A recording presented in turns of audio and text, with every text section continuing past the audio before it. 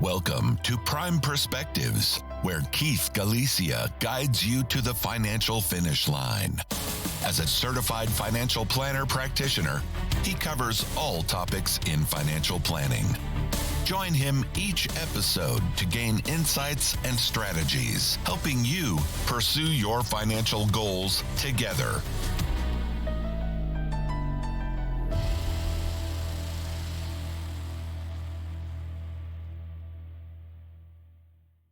Welcome, everyone, to the Prime Perspectives podcast, where our goal is to get you to the financial finish line, whether it's anything from retirement planning, estate planning, you're a business owner that is looking to exit their business in the near future, or even getting into a career path that might be something you've been looking for a long time and needed some guidance, which leads me into today's conversation with Karen. She is my HR guru here when it comes to anything human resources. And today we're going to focus on conversations about resumes, how to stand out with an interview process, and from her perspective here. So Karen, thanks for showing up today. We really appreciate it.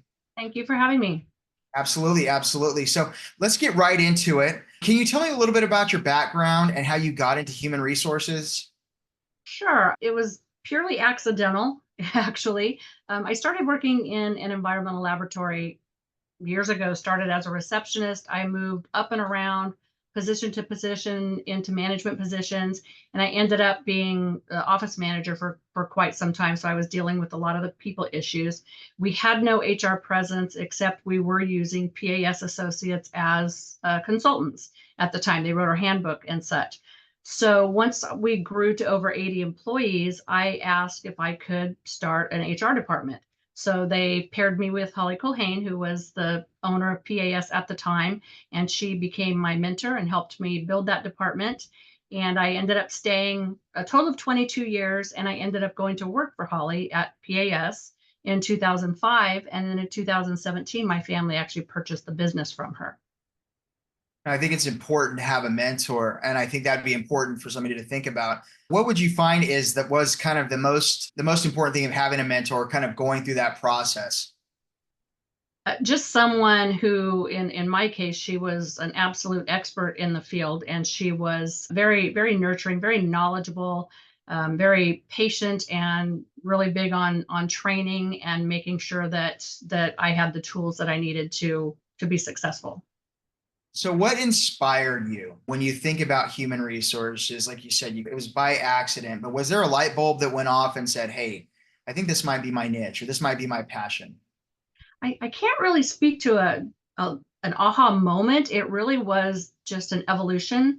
It was never planned. It just sort of happened. But as I got further into it, I just realized that I loved it, and I just became more and more interested in it, and started taking more classes. I went to Cal State and did the certification program, and I just really decided to move forward with it because I loved it so much.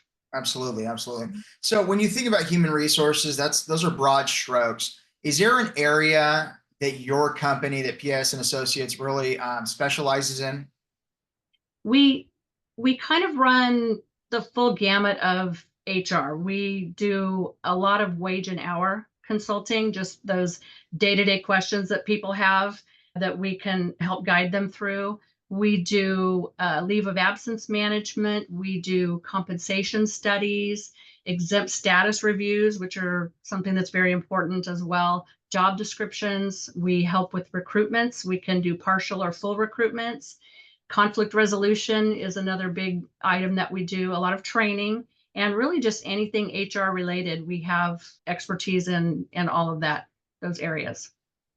So that's a lot, right? And I'm sure you probably, that's a ton, right? And so being in the business, I'm sure that's definitely something you can say, hey, we're great at. But today's conversation, which is something that you mentioned, which was recruiting and even job description, which could play a role into this, right, is about how that whether you're first-time person right out of college trying to get a job, or maybe you're at your 2.0, you were at a company for 20 years and you want to do something a little different, but you want to figure out, you haven't had to fill out a resume for a long time. So I'm sure as long as you've been in the industry, the game has changed. There's probably been a big evolution in how an employer looks at a lot of those between resume interviews and how they decide to make that decision of onboarding an employee. So let's start at the beginning with the resume and the application process. When you're thinking about the key elements of a resume, what should a person that's looking to find a job, what's going to stand out on that resume? What do you recommend? One of the main things that I want to see is just honesty. Don't exaggerate things, don't add things. Just be honest about your experience and what you've done. The resume should be spell check it, have somebody, a second person read it just to see how it flows and to see if they kind of find any errors.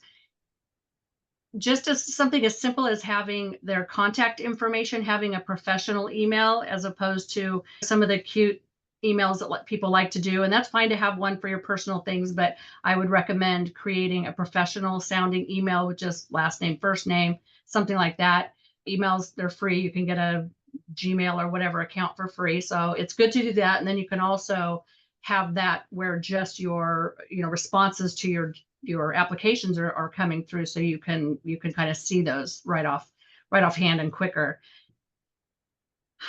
The phone number is actually one that I have come across where maybe somebody didn't update it, or they didn't double check the numbers, and I've actually had phone numbers that are no longer in service, or phone numbers where the voicemail is not set up. So just those are very simple, just kind of common sense items that people just tend to forget about. I would say those are just some of the main things to at least get that application through, that resume through, and getting a second look.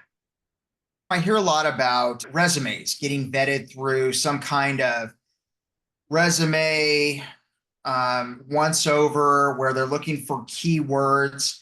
How important is it to kind of make sure that you have keywords that maybe that company doesn't like in that resume, or something that's going to stand out for them to say, hey, you're on to the next step? I mean, tell me a little bit more about that. And those are important. And that is something these days you might get 100 resumes in the first day, especially if you're hiring for either a financial or administrative type position. Those tend to get a lot of resumes.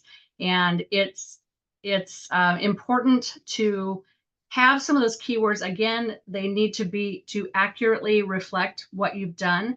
But if you can take some of the keywords that were maybe in the job ad, in the posting, and things that you actually have experience with, and put those into your resume so that they can be caught.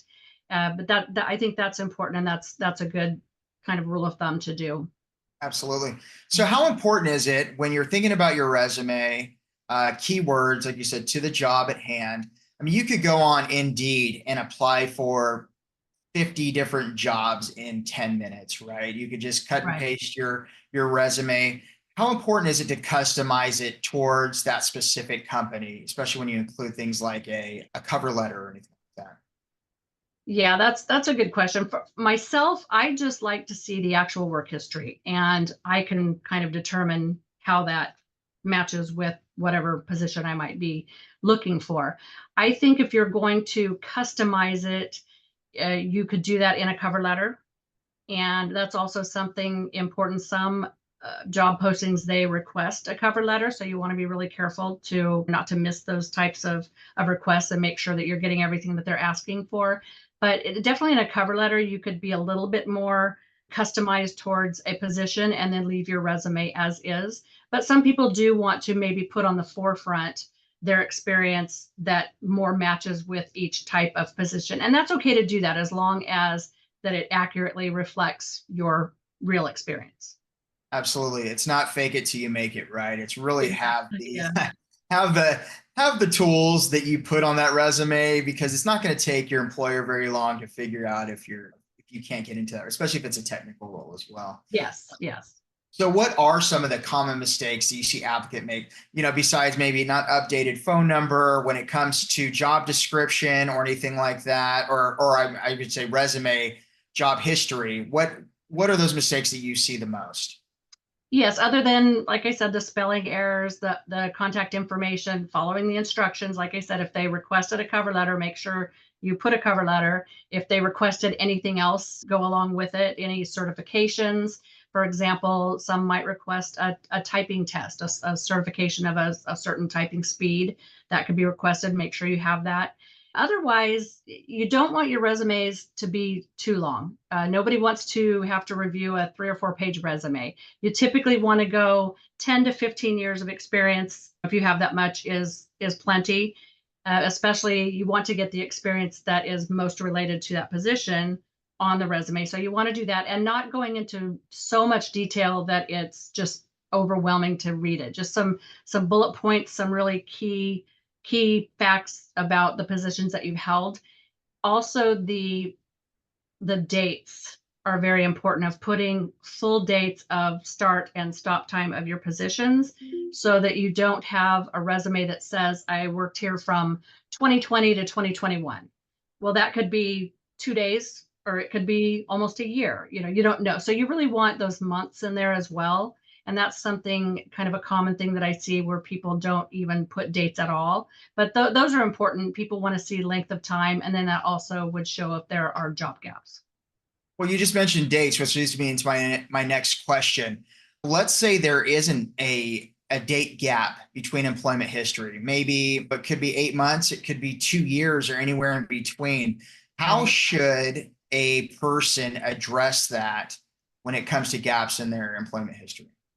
Just again, with being honest about it, because it's not uncommon these days to see gaps of time in resumes. It could have been a COVID issue. It could be someone taking off time to raise a family or to care for elderly parents, or moving on to some continued education. All of those things, they're justified. So just make a note for the honest reason for the gap in the resume history. And then you can explain more in detail during the interview process. Okay, so when you think about, so we've submitted our resume. Mhm. Obviously, all of us have been there, right? You're waiting, you're wondering what's going on. How long is it until the employer gets back to me? What does that look like behind the scenes? You're recruiting, you received 100 resumes on the first day, and I'm sure over that couple of weeks, it could be up to a couple hundred potentially. And what does that initial screening process typically involve? And what should a candidate do where they don't sound too aggressive by calling you or emailing you the next day? Because give us behind the scenes what that screening process looks like. Sure. And it can vary by company and by position. More entry level positions are going to be usually a quicker process, as opposed to the C-suite positions, which could have multiple interviews, even up to 4 or 5 sometimes I've seen. But I think for the most part, in our process, what we like to do is we start with the resume reviews, and we put them in a yes, no, and a maybe pile. That's the first thing. And because we post the essential functions requirements of the position, the functions experience required, as well as any education or experience level. So we do an initial review. That's why it's important to make sure you have those things on your resume, especially if the posting requires that you have a driver's license. You want to make note on your resume that you do have a valid driver's license.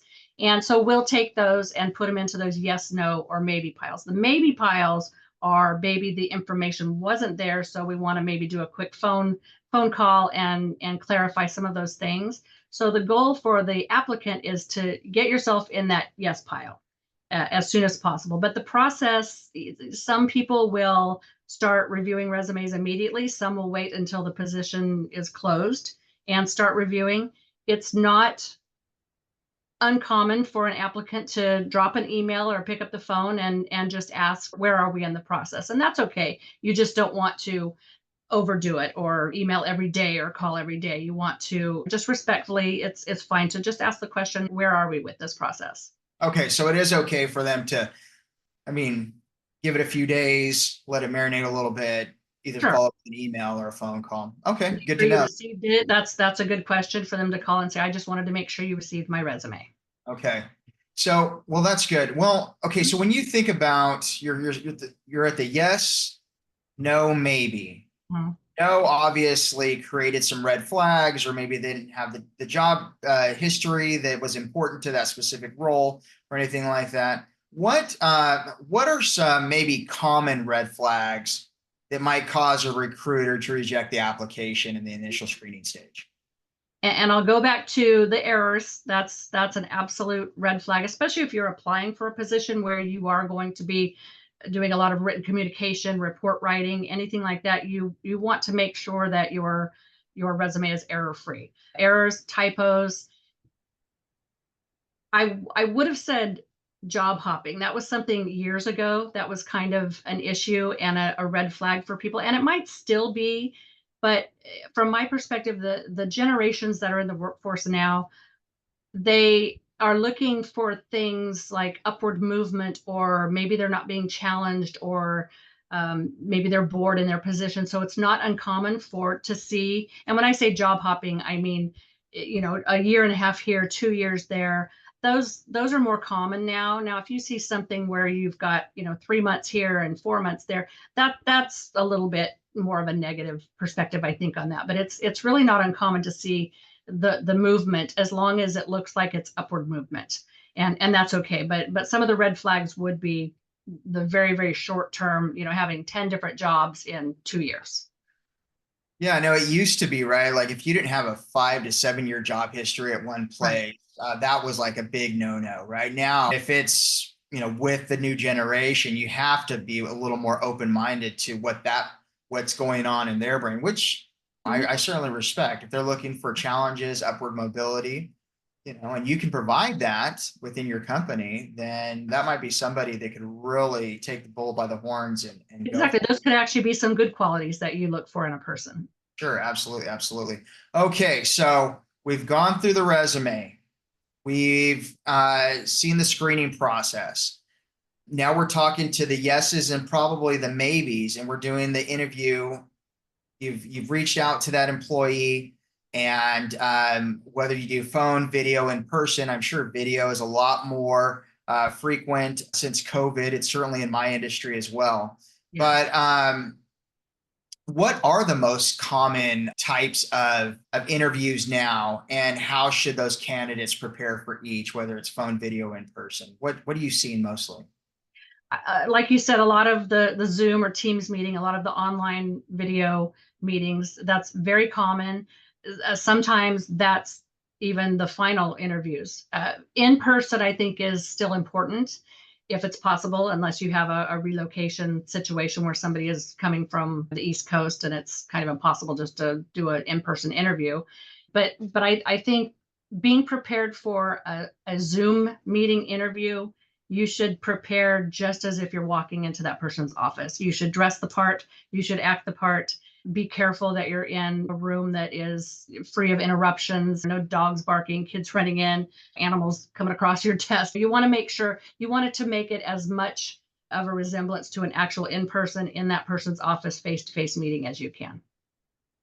So when you're doing those interviews, what are your you hear so many different types now. Like if you were your favorite, what superhero would you be? If I mean, I don't know, are those pretty common nowadays, or what are the common interview questions that you ask, and how should a candidate approach? I'd say, and then I'm going to do a follow-up after you answer this main one here.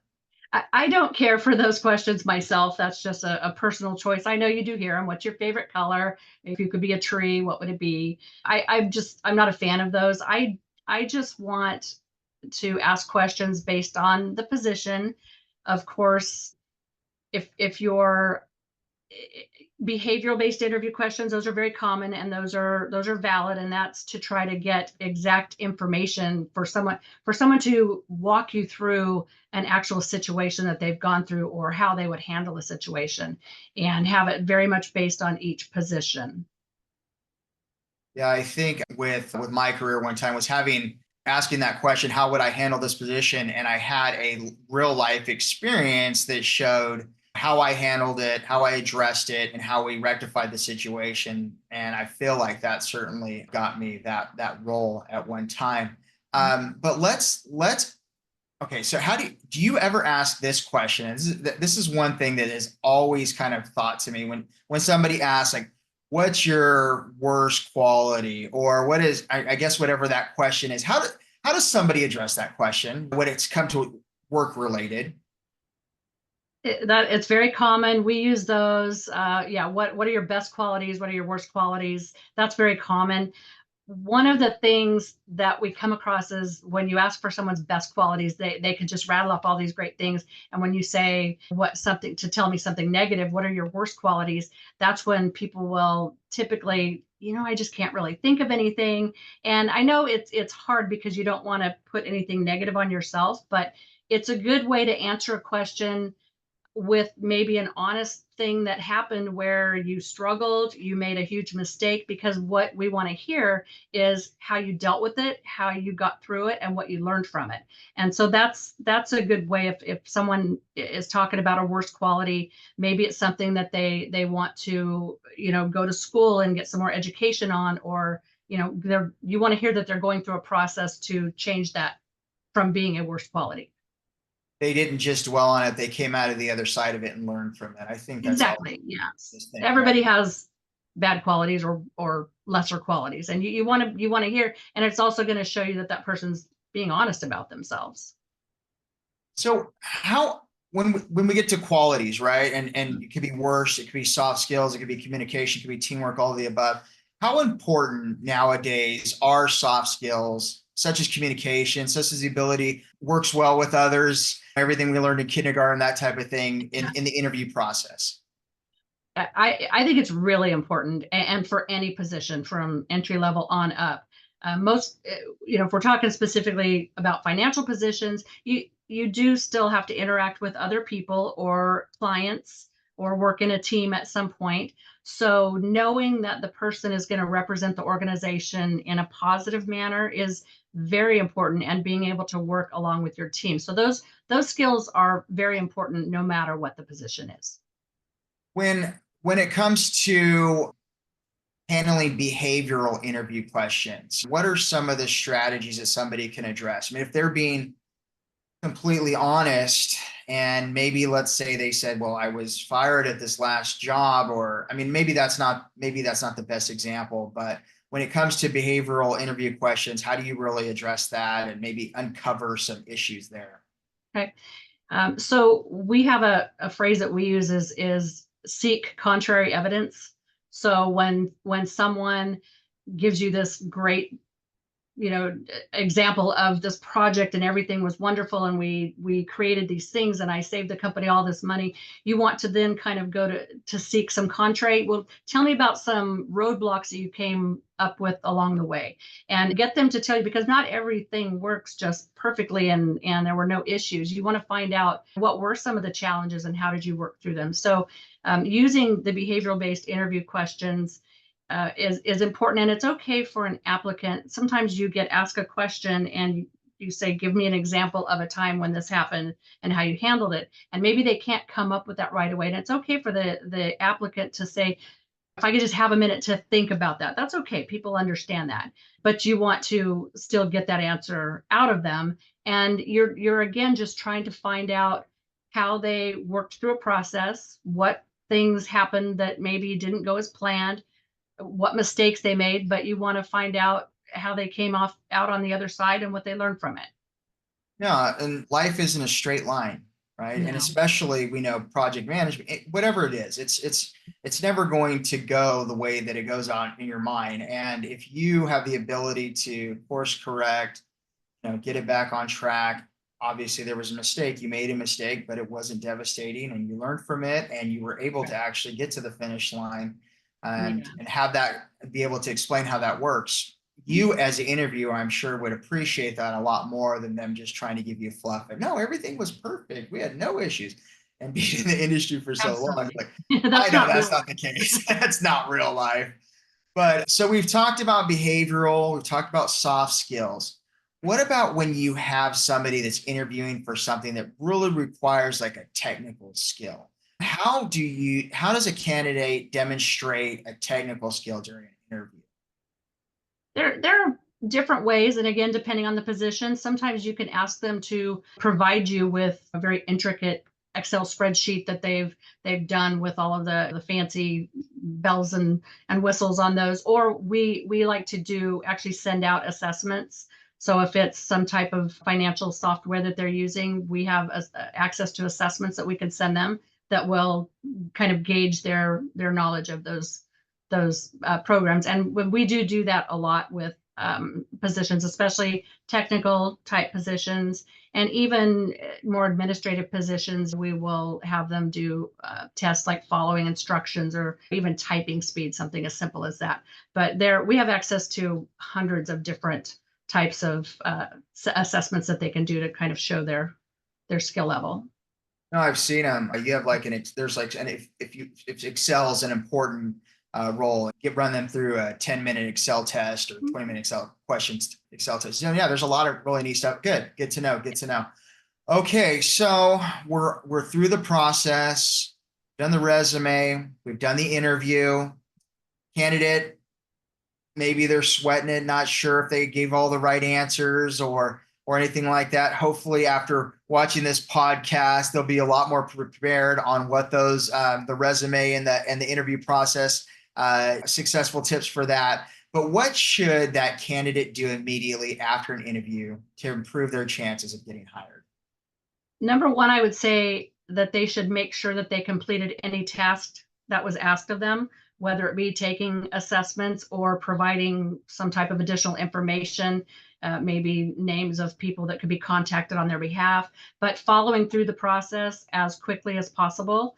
And even sending a thank you email, a nice thank you so much for considering me for the position. I'm very interested, or something like that. And I even still occasionally get handwritten thank you notes, which are kind of I think it's kind of cool.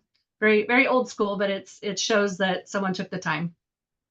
Yeah, I mean, if you can take a little more time to handwrite something, choose the card, it definitely can make a small difference there for sure.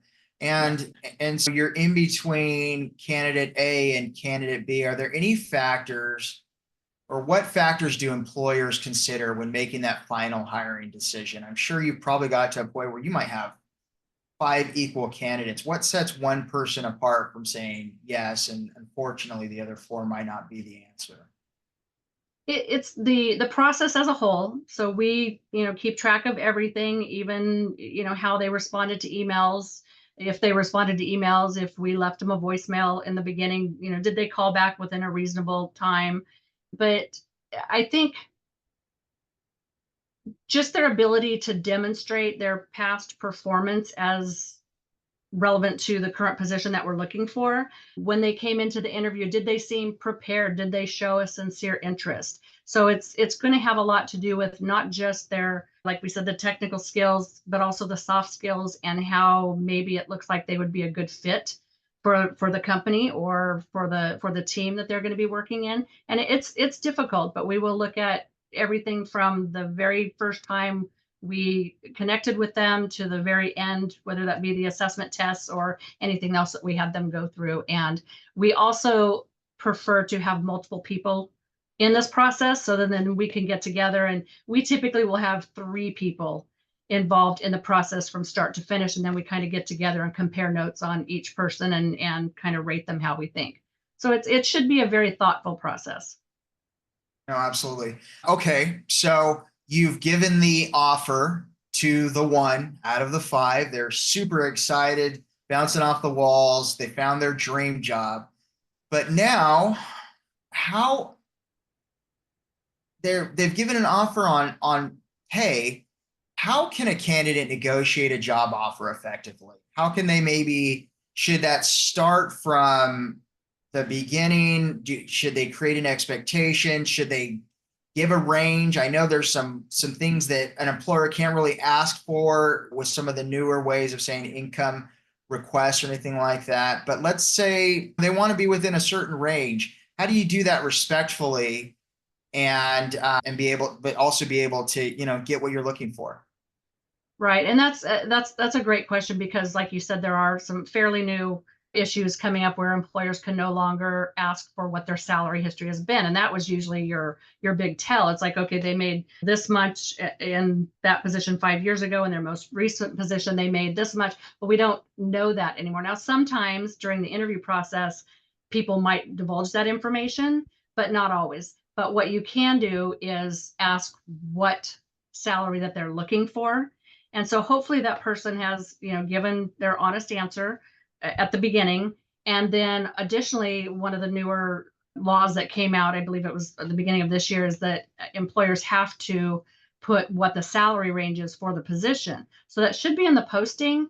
And if not, it's certainly something that should be discussed at the very first interview.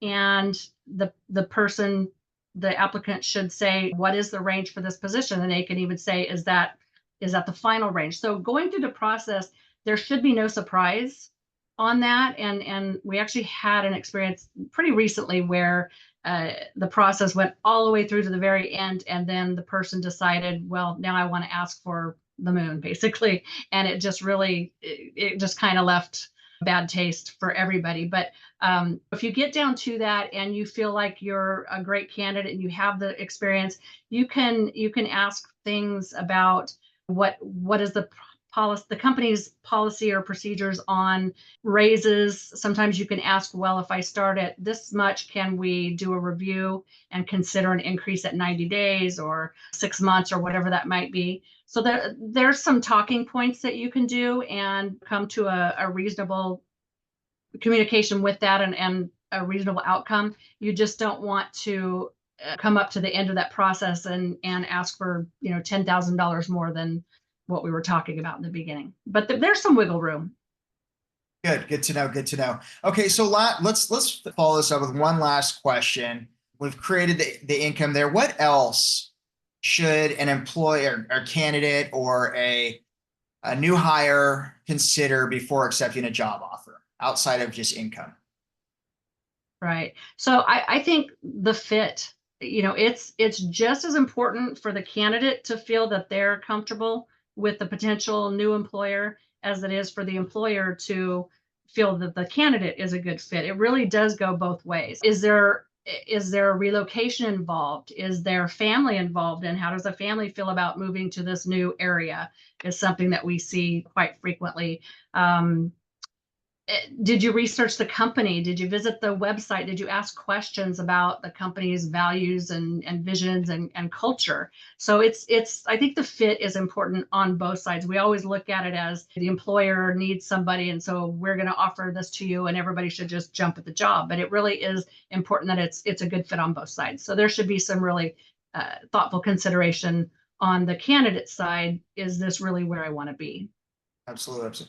Well, great. Well, I'm sure that, I learned a lot today, and I feel like anybody that will have listened to this podcast, like I said, as soon as we're done here, my daughter's watching this as well, and I'm sure it's going to give her a lot of bullet points on how she should navigate her early career right after college. So if somebody wanted to get a hold of you for your services, they needed some more information about what you do. What are your socials? What is your website? All the above there.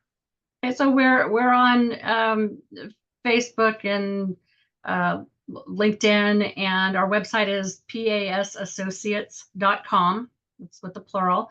Our phone number is 661-631-2165, and you can email us, call us. There's a place to click for information on our website as well. But we're happy to help. We're happy to talk through, maybe there's an urgent situation going on, and we'll usually kind of help you work that out at no charge, and then talk about maybe what kind of services or we could do to help you. We like to show our value first. Yeah, extend the olive branch first. Well, thanks a lot, Karen, for your time. Really appreciate it. Super informative. And thank you again, guys, for tuning in to the Prime Perspectives podcast, where our goal is to get you to the financial finish line. And stay tuned for more information when it comes to any of the goals that are important to you. Take care. Keith Galicia is a registered representative with and securities and advisory services offered through LPL Financial, member FINRA SIPC. The opinions voiced in this podcast are for general information only and are not intended to provide specific advice or recommendations for any individual. To determine which strategies or investments may be suitable for you, consult the appropriate qualified professional prior to making a decision.